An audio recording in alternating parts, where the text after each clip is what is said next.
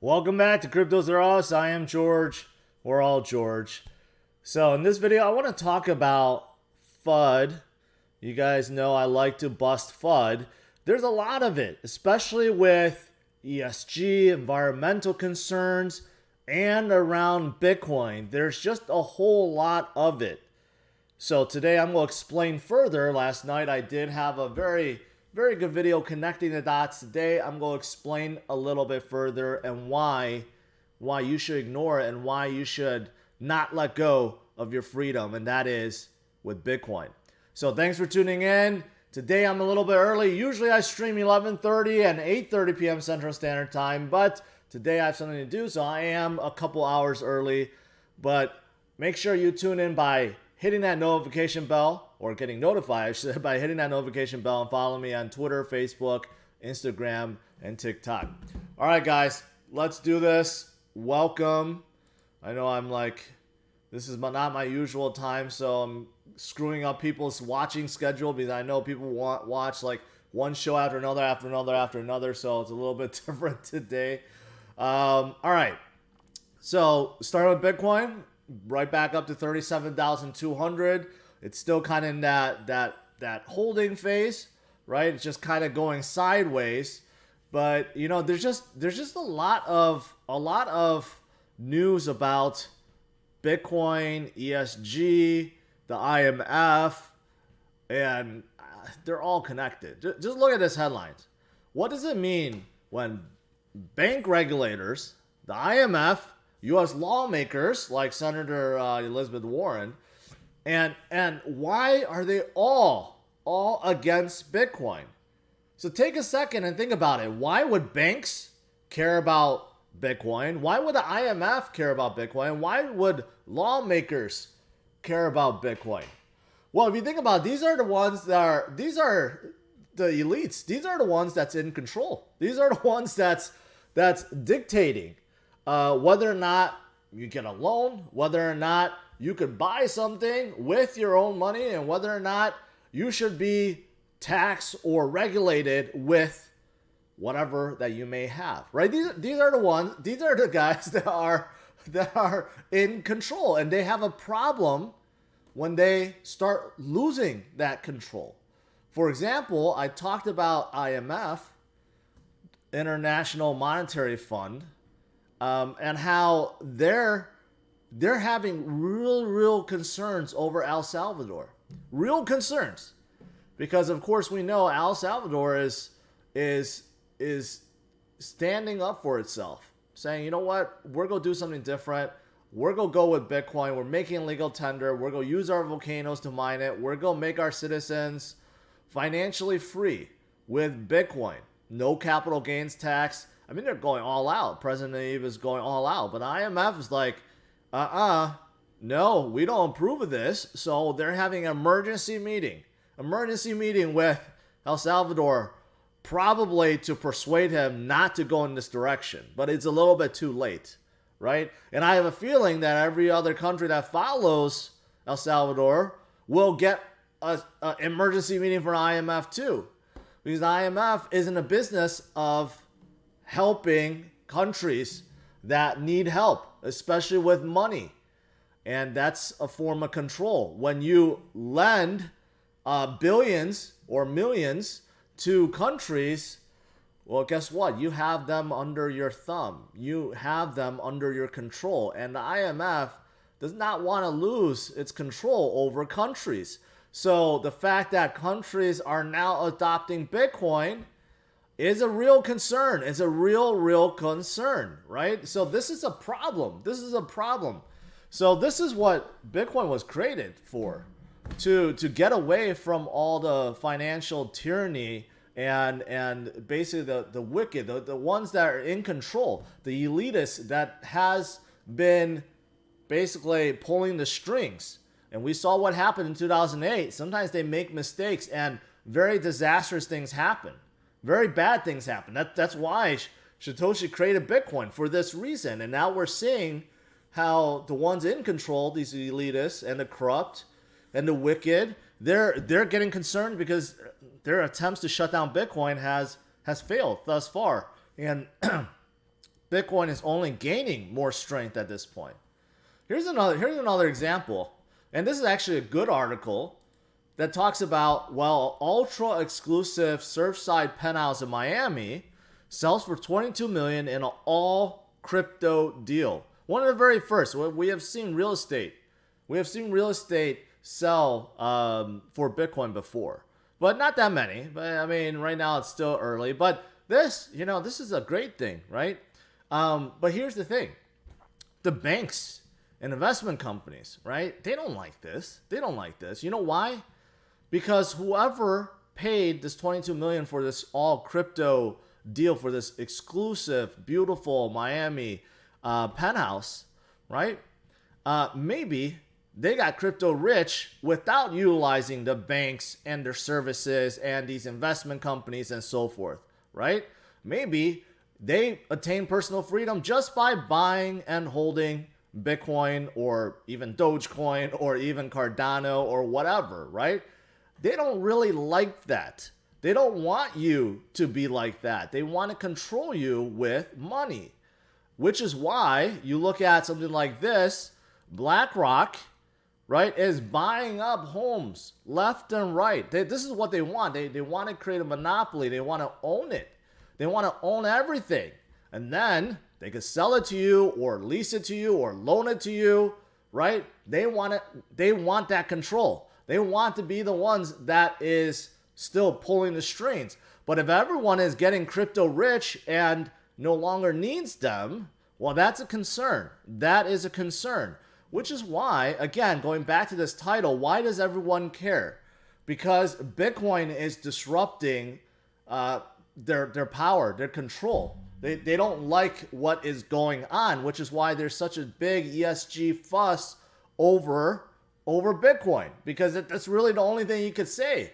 Because right now there is this like huge ESG initiative. There's huge. Look at this headline from just last month. There's no hotter area on Wall Street than ESG, right? And everyone is talking about ESG. IMF is talking about ESG. Banks are talking about ESG. Hedge funds, everyone is ESG and using this as a real control mechanism to basically deem if you should buy something or not, if you could get a loan or not. And that is actually really concerning. If you think about it, this is control in a whole other manner, because money, loans, that's how you control people, right? People need loans to get a house or a car or whatever, or businesses. There's a lot of stuff going on with this ESG initiative. And, I saw someone comment saying, hey, you know what, George, you don't know what you're talking about. ESG is just for businesses. It has nothing to do with your personal freedom. Oh, yeah, it does. Look at this. Merrill Edge adds ESG score to client dashboard. And there are banks, if you log in your portal, like I believe Bank of America's, will give you a ESG score. They're already starting to rank you based on your purchases. They're tracking you, what you're buying. Are you buying Bitcoin from Coinbase? Well, we better give you a low ESG score, because we're giving Bitcoin low ESG score. We're giving Coinbase or any company that's involved with Bitcoin low ESG score, right? This is how they persuade you not to get involved. And another way of control, right? Another way of control. Now, Chamath, I saw this video from last year. Chamath, who is very well known, really believes in Bitcoin, also climate change, right? He even goes on CNBC and says this whole ESG investing or this whole thing is just complete fraud. It's complete fraud. But yet everyone is embracing it right now. Everyone is embracing it right now. And this is what is being used to control Bitcoin. This whole thing about Elizabeth Warren coming out with, environment concerns about Bitcoin, yet there's so many other areas that she could be going after. But no, she chooses Bitcoin. Same thing with the IMF. There's so many other concerns besides El Salvador making Bitcoin legal tender. Why? Right? There's just so much out there. Why is everyone focusing on Bitcoin? Because these charlatans are afraid of losing their power. Bitcoin is freedom. Bitcoin is property, and it's freedom, and it's wealth building. It's wealth building, right? So even that's why even like someone like Kevin O'Leary is saying that when ESG standards are met, he's going to expect trillions of dollars coming in. I mean, he's not saying it like directly like I am, but I think he knows what's going on. That this ESG initiative or this FUD that's being driven right now is just basically blocking the money coming in, because there is a lot of companies on Wall Street and other financial places that want to come in, but it's deemed so bad on an ESG rating, or you're going to get such a low ESG score for getting into Bitcoin, right? So it's a concern for them, right? So right now, this is working. This is why we're kind of just hovering at this point, right? I do believe that we will get past this. We will definitely get past this. But ultimately, this is why I think it's more important than ever to look at why you should be owning Bitcoin and crypto, right? I think most people we know, of course, is coming in to make quick money, fast cash right away. And you could certainly do that, especially during the good times, right? But during the bad times, people are then reevaluate. It's like, why did I get in here? Why am I holding this, right? But one of the biggest reasons why, the one that not a whole lot of people talk about, is that Bitcoin was created to hedge against all this. Not only inflation, monetary policy, but also corruption. And what these elites, what they're doing, how they're controlling societies and countries and your financial freedom. They don't want you to attain that. They want to keep giving you loans, keep you on a leash so they could collect their interest and they could tell you what you could buy and what you can't buy, right? But Bitcoin and crypto breaks the chains, breaks you out of that. And that is very, very, very powerful. And as long as we continue down this path, we, the people, and retail investors, continue to believe in Bitcoin and crypto and believe that it will change the future, and we keep driving that, you know what? We're going to succeed. We're going to succeed. So, yeah. So, I mean, I know this is not my usual kind of take on Bitcoin going up or down, but this is one of the things I'm focusing on now, the fundamentals. And you know what? It doesn't really matter to me. For me, it doesn't matter if Bitcoin swings one way or another, 1,000 points, 2,000 points. It doesn't really matter because I'm holding long term. Not only am I holding because of these reasons, but also because I want to make more money with it, to attain that life-changing wealth that so many of you guys are looking for, right?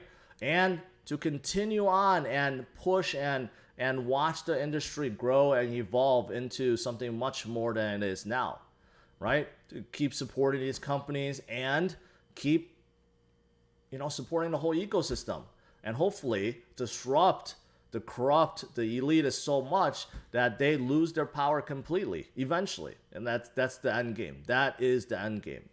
Now, I do have something good to show you guys. Well, here we go. That pretty much restated what I said.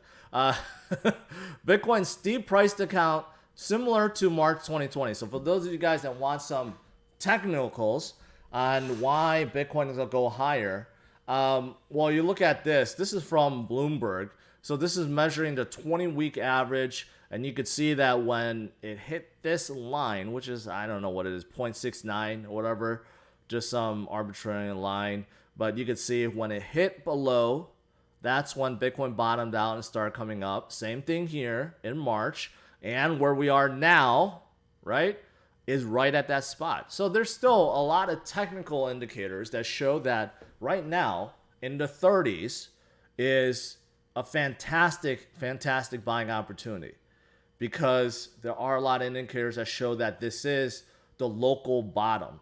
And we know that this is the 4-year cycle, and there's still plenty of months left in this year. In fact, we're only about halfway through. And if you look at the previous cycle, right, around this time is when Bitcoin kind of stalled, right? But right now, we may have stalled a little bit more because of all this ESG FUD, but eventually we will break through and continue higher. It could take a while. It could take a few months. but eventually it will break through. Eventually it will break through and we will head higher.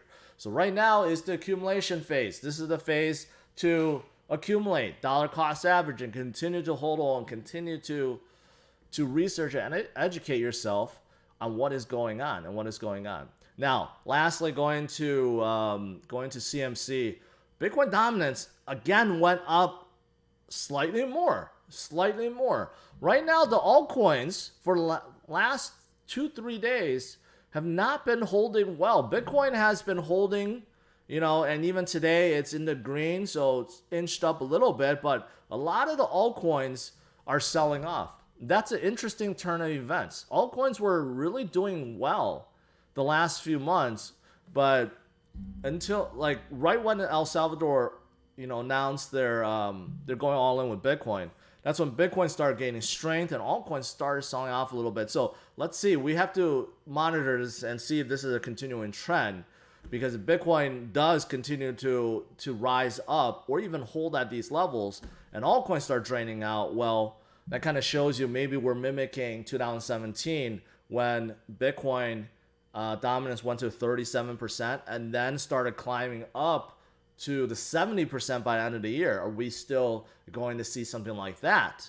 My guess is, my personal opinion is, I don't think we're going to see that, because altcoins are pretty darn strong. They have legs to stand on. There's a lot of new developments, a lot of DeFi running on top of them. So generally, I don't think that Bitcoin dominance will climb back up to 70 percentile. That would be pretty disastrous for altcoins if that happened.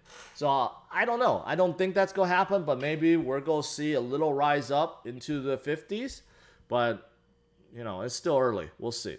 All right, guys, let's do some Q&A, and then I got to let you go, and I got to get on with my day. All right, the only one is Zach. You talked about AMP days ago, skyrocketing on Coinbase. Thank you. I talked about AMP for a long time. Before the Coinbase edition, I've said, and I still continue to say it, as the economy opens up, Flex app gets used. It's the retail paying app, and they have a few retailers that signed up. And it's basically a way for you to spend crypto without waiting for settlements. Like, if you're going to spend Bitcoin, you don't have to wait 10 minutes for it to settle. So that you could just use the Flex app, and AMP is used as collateral to help settlement. So the more people that use the Flex app, the better it's going to be for AMP. So obviously the Coinbase edition has been doing very well. Any thoughts on Deeper Network and their VPN miner? Nope, never heard of it before.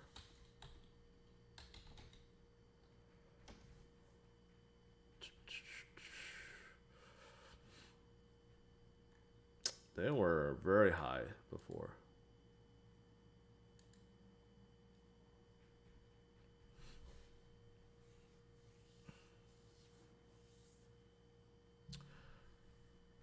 Okay.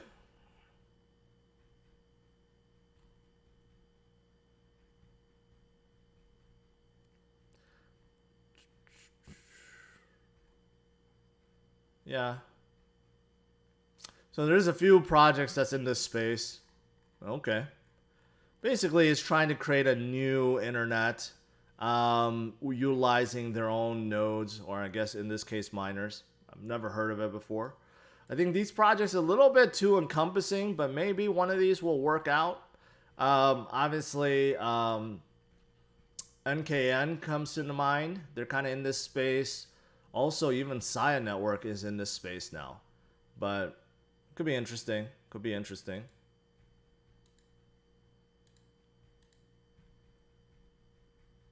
Can you check out Student Coin and BPro? Well, I like BPro. You guys know that. Don't need to check them out, but I haven't pulled them up in a bit. So they have some weakness as of late because, small caps have sold off quite a bit, but I still like BPro. Can Tron mimic Dogecoin? I have 1K in Tron. Certainly anything could happen, but it's unlikely. Tron does not have the support that Dogecoin has.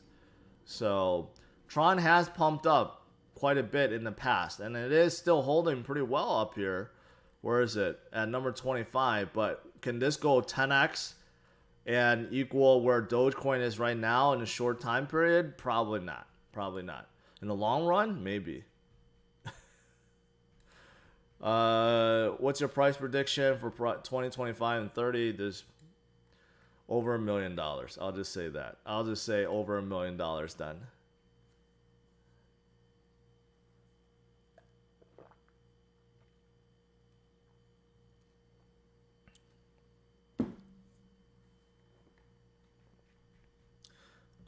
Sprat man says INF can give the president of Eve so much money he can't say no. Well, let's see. Let's see. I mean, I don't think President Eve can go back on what he said. First of all, it's already passed as law, but it would make him look like the biggest. I don't even know what to call it. Like, basically, he's not a man of his word anymore, right? Like, he would lose all credibility. So I don't think he's going. I don't think, unless the IMF really have something on him, I don't think he's going to turn his back on Bitcoin. But I guess we'll see. We'll see.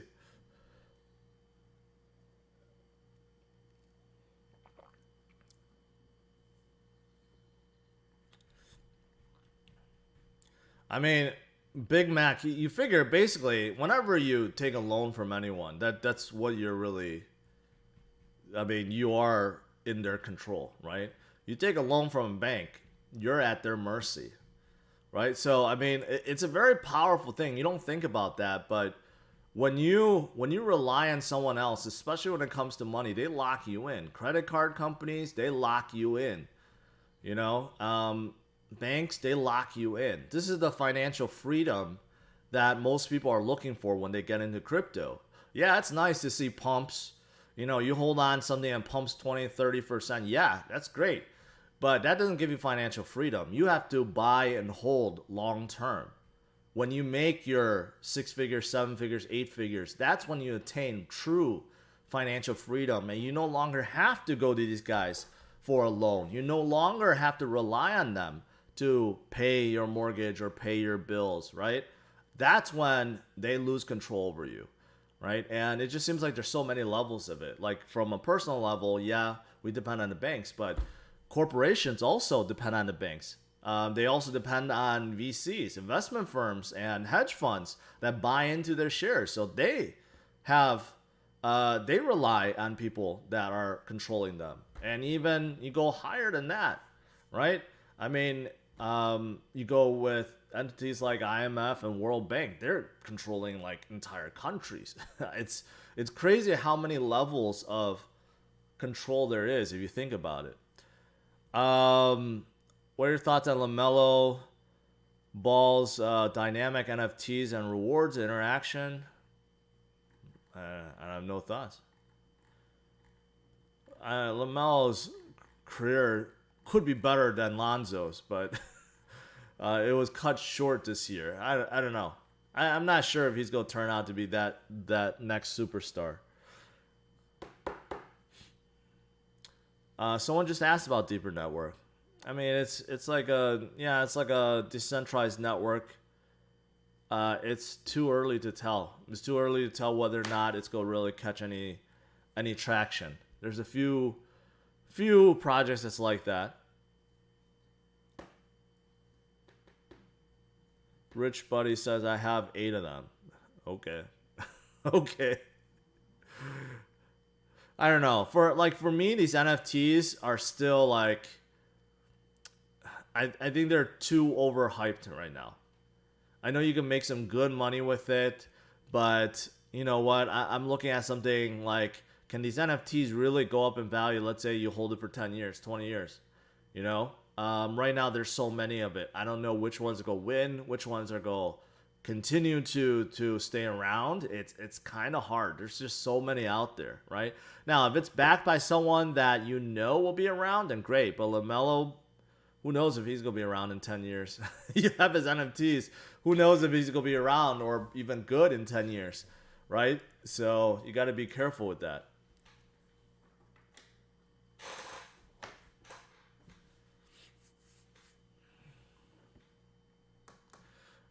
Joe, I appreciate that. Flare Network, Flare Finance, and all the things connected to it. Everyone is deemed a ETH killer. Doesn't mean that anyone will actually do it. The network effect of a project is real. I don't care what anyone says, it's real. When you have so many people that's on a platform that's developing and building, it's really, really, really, really hard to convince them to come out. Even with the congestion problems right now that Ethereum has, it has not died, right?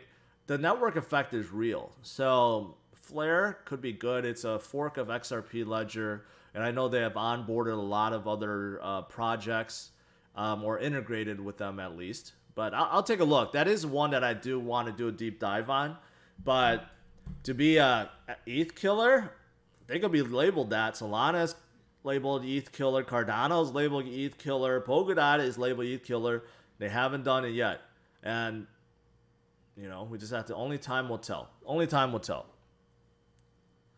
If I hold Delta asks, if I hold crypto, I don't have to pay taxes until I sell, right? Yeah, if you hold, if you trade, you will. The only thing that you won't be taxed on if you just buy and hold. That's it.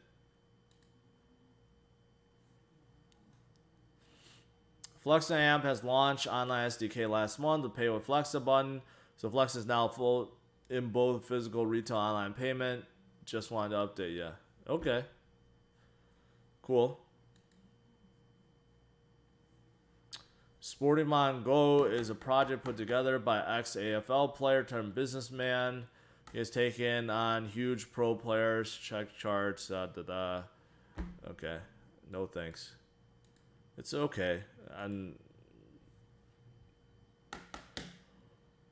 Tom says you're way too positive. Where will the volume come from? The pump market 3 to X prime here. Institutional retail investor plateaued. That's how it always seems like, Tom. Your time frame is just too short. Just because it plateaued now, and even if it drops, doesn't mean that it won't come back. It has done it throughout Bitcoin's history. Doesn't mean that it will always happen, and doesn't always have to be the same way. I get that. But your time frame is way too small, man. If you're just thinking, if you're just judging by the last 2 months, and you're going to be judging by the next 2 or 3 months, right? What about the next 3 years? So if you don't have the patience to hold, right, then you need to learn. You need to learn. If you're only looking at months and not years, if you want to attain life-changing wealth, it's through holding for years. You can make serious money within this cycle for sure. Serious money. And a lot of people have within the last 4 months or 5 months, I should say. But yeah, you got to expand your time frame.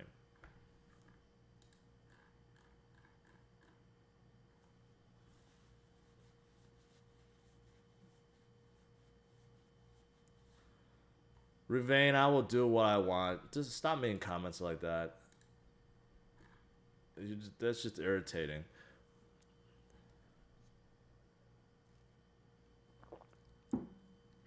All right. I think I gotta go. Time is up. So overall, Bitcoin is still kind of hovering, right? And you know, all this FUD right now, right? I like to bust a FUD. And right now, there's a lot of ESG concerns with Bitcoin, environmental concerns. Somehow, if you invest in Bitcoin, it's not socially responsible, right? It's damning the environment. It uses so much energy, more than countries. But it seems like it's only Bitcoin being targeted. Christmas lights is not being targeted. Washers and dryers are not being targeted. Even gold mining, diamond mining, lithium mining, none of those are targeted, and they have way, way, way worse ESG concerns. But no one is targeting gold industry or lithium mining industry, diamond industry. They're only attacking Bitcoin. And why is that? Because Bitcoin is the one that can actually bring true freedom to people, to get away from the tyrants, to get away from the elitists that are in control, right? El Salvador as a country is trying to do that, and the IMF is making a big fuss saying no, no, no, right? And this goes all the way from the top and comes all the way down to even you guys, even retail investors. The banks don't want you to be financial free. They want to have control over you with your mortgages and car loans and any other kind of loans and credit card loans and all this stuff. That's their way of control. And they're realizing that Bitcoin is starting to be unstoppable, that you can't shut it down, that they are losing real control and people are becoming financial free. And this is concern. This is why there's so much ESG FUD going on. And you know what? Just ignore it. Ignore it. Short term, there might be up and downs. There might be volatility, right? Long term, longer scale, bigger picture, Bitcoin will stay. A lot of crypto will stay. And it will make life-changing wealth for many people, that you could become crypto rich. But you have to be disciplined. You have to see through these shenanigans. And bottom line is, you got a dollar cost average and you HODL. That's really it. And when there's buying opportunities, when there's bargains to be had, you take advantage. You take advantage. All right, guys, that's it. Thanks for tuning in. As always, smash a like, subscribe to the channel. Tune in tonight, 8:30 p.m. Central Standard Time. And I'll see you guys then.